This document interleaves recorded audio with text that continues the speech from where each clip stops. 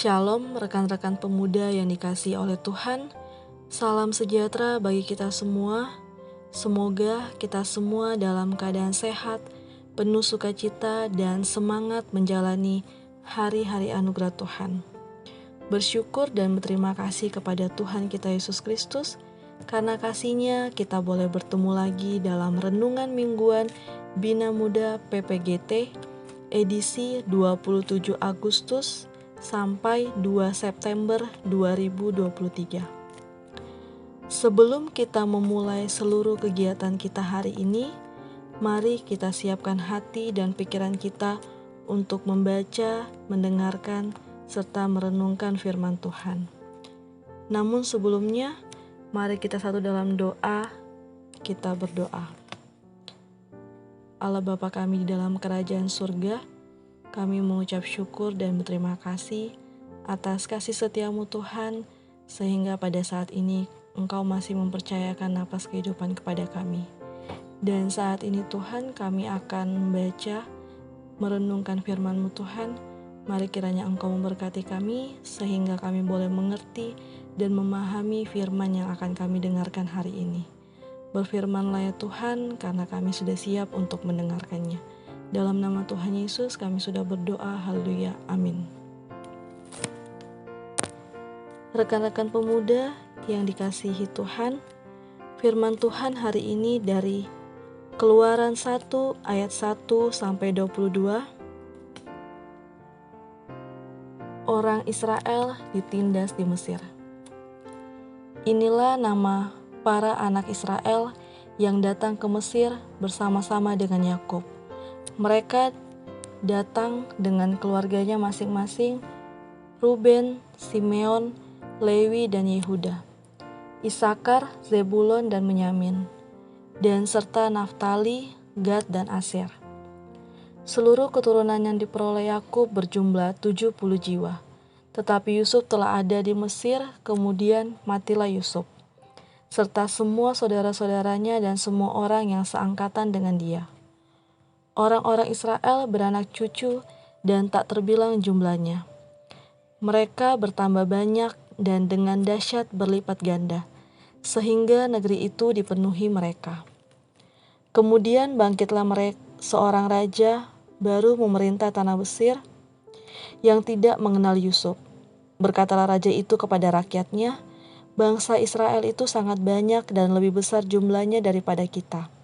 Marilah kita bertindak dengan bijaksana terhadap mereka, supaya mereka jangan bertambah banyak lagi, dan jika terjadi peperangan, jangan bersekutu nanti dengan musuh kita dan memerangi kita. Lalu pergi dari negeri ini, sebab itu pengawas-pengawas rodi ditempatkan atas mereka untuk menindas mereka dengan kerja paksa. Mereka harus mendirikan bagi Firaun kota-kota perbekalan, yakni Pitom dan Raamses. Tetapi makin ditindas, makin bertambah banyak dan berkembang mereka, sehingga orang merasa takut kepada orang Israel itu. Lalu dengan kejam orang Mesir memaksa orang Israel bekerja dan memahitkan hidup mereka dengan pekerjaan yang berat, yaitu mengerjakan tanah liat dan batu bata dan berbagai-bagai pekerjaan di padang, ya segala pekerjaan yang dengan kejam dipaksakan orang Mesir kepada mereka itu. Raja Mesir juga memerintahkan kepada bidan-bidan yang menolong perempuan Ibrani, seorang bernama Sifra dan yang lain bernama Puah, katanya, "Apabila kamu menolong perempuan Ibrani pada waktu bersalin, kamu harus memperhatikan waktu anak itu lahir. Jika anak laki-laki, kamu harus membunuhnya, tetapi jika anak perempuan, bolehlah ia hidup." Tetapi bidan-bidan itu takut akan Allah dan tidak melakukan seperti yang dikatakan Raja Mesir kepada mereka dan membiarkan bayi-bayi itu hidup. Lalu Raja Mesir memanggil bidan-bidan itu dan bertanya kepada mereka, "Mengapakah kamu berbuat demikian membiarkan hidup bayi-bayi itu?"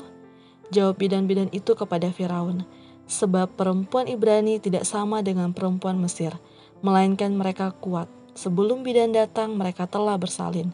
Maka Allah berbuat baik kepada bidan-bidan itu, bertambah banyaklah bangsa itu dan sangat berlipat ganda. Dan karena bidan-bidan itu takut akan Allah, maka ia membuat mereka berumah tangga. Lalu Firaun memberi perintah kepada seluruh rakyatnya, lemparkanlah segala anak laki-laki yang lahir bagi orang Ibrani ke dalam sungai Nil, tetapi segala anak perempuan biarkanlah hidup. Amin. Tema minggu ini, Firaun yang tak berdaya.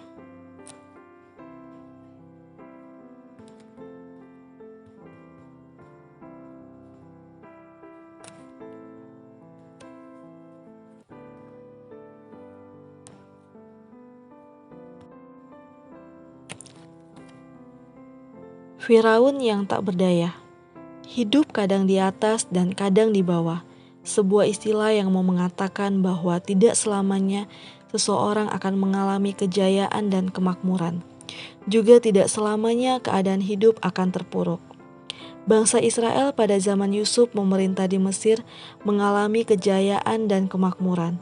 Namun ketika Yusuf dan saudara-saudaranya, bahkan yang seangkatan dengan Yusuf meninggal dunia, dan ketika Raja Firaun yang baru naik tahta, maka mulailah bangsa Israel mengalami penderitaan dan kehidupan penuh pergumulan.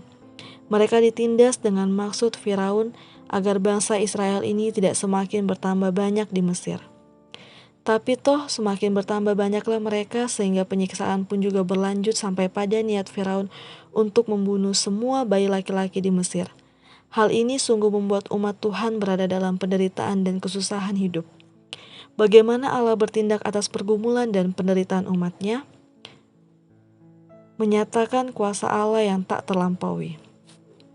Firaun hendak membinasakan umat Israel dengan cara menindas dan mempekerjakan mereka secara paksa. Namun justru dalam keadaan yang begitu terpuruk, jumlah mereka bukannya semakin sedikit, malah makin bertambah banyak dan berkembang. Untuk diketahui bahwa Raja Firaun dalam pemahaman orang Mesir adalah titisan dewa. Jadi apa yang dia katakan dan mau lakukan harus terjadi. Di sini kita bisa melihat bahwa sekalipun Firaun begitu berkuasa saat itu, mampu mengandalkan kehidupan Israel, bahkan mau menentukan sedikit banyaknya jumlah bangsa Israel saat itu, namun ada kuasa yang lebih besar dari Firaun yang tak bisa dibantah dan disanggah oleh Firaun, yaitu Allah sendiri. Kuasa Allah melampaui rancangan dan tindakan jahat Firaun. Kuasa Allah yang tak terbatas akan mengantar umatnya pada keselamatan. Maksud Firaun binasa, tapi maksud Allah justru bertambah banyak. Kuasa Allah yang tak terlampaui ini merupakan pegangan bagi kita menjalani hidup selaku orang-orang muda. Di tengah begitu banyaknya tantangan dan godaan yang bisa saja membinasakan masa muda kita, tinggal apakah kita benar-benar mau berpegang pada kuasa Allah dan mengandalkan kuasa Allah yang tak terlampaui itu dalam menjalani masa muda kita. Allah menyatakan pemeliharaan atas pergumulan umatnya. Sebuah lagu Allah mengerti, Allah peduli segala persoalan yang kita hadapi. Dalam penderitaan yang luar biasa akibat penindasan yang dilakukan Firaun, Allah tidak tinggal diam. Ia menggerakkan hati bidan-bidan yang menangani persalinan bagi setiap wanita Israel hingga bayi laki-laki tidak dibunuh. Dari hal ini kita belajar bahwa Tuhan tidak tinggal diam atas pergumulan umatnya.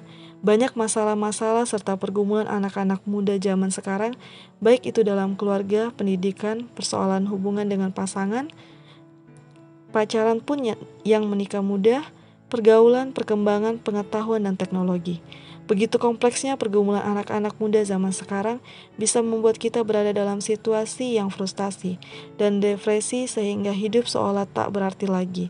Hal ini bisa memicu kita pada keputusasaan. Firman Tuhan hadir menyapa bahwa Allah sungguh mengenal apa yang kita alami. Ia tahu persis sebab kita ini umat kepunyaannya. Karena kita kepunyaannya, persoalan terbesar kita pun soal dosa diselesaikan oleh Allah di dalam Yesus Kristus hingga kita menjadi umat kesayangannya. Allah memanggil umat ini dengan perantaran roh dan firman-Nya keluar dari kegelapan masuk ke dalam terang yang ajaib, dari bukan umat menjadi umat Allah yang kudus. Pengakuan ini turut menegaskan bahwa dalam setiap pergumulan yang berat pun dalam masa-masa muda kita, di situ Allah ada menyatakan lawatan, pemeliharaan agar kita kuat dan teguh. Ini yang dialami bangsa Israel, mereka ini umat kepunyaan Tuhan.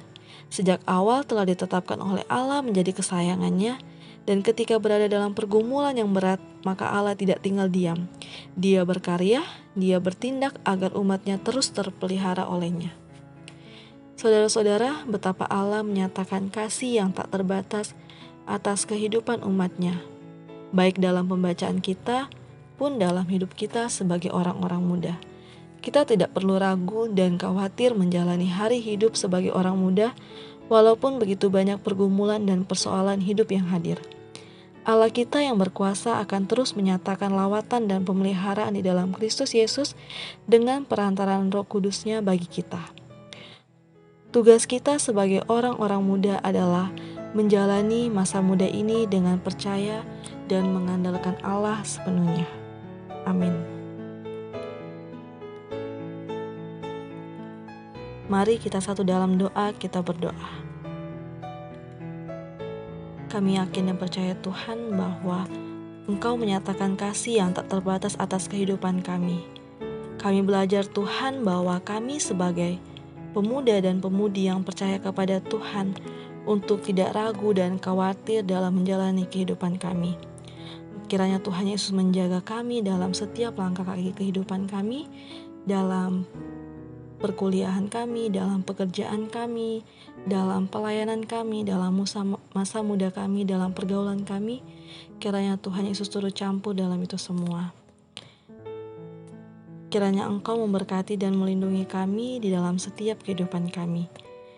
Kami yakin dan percaya bahwa Roh Kudus akan menuntun setiap langkah kehidupan kami.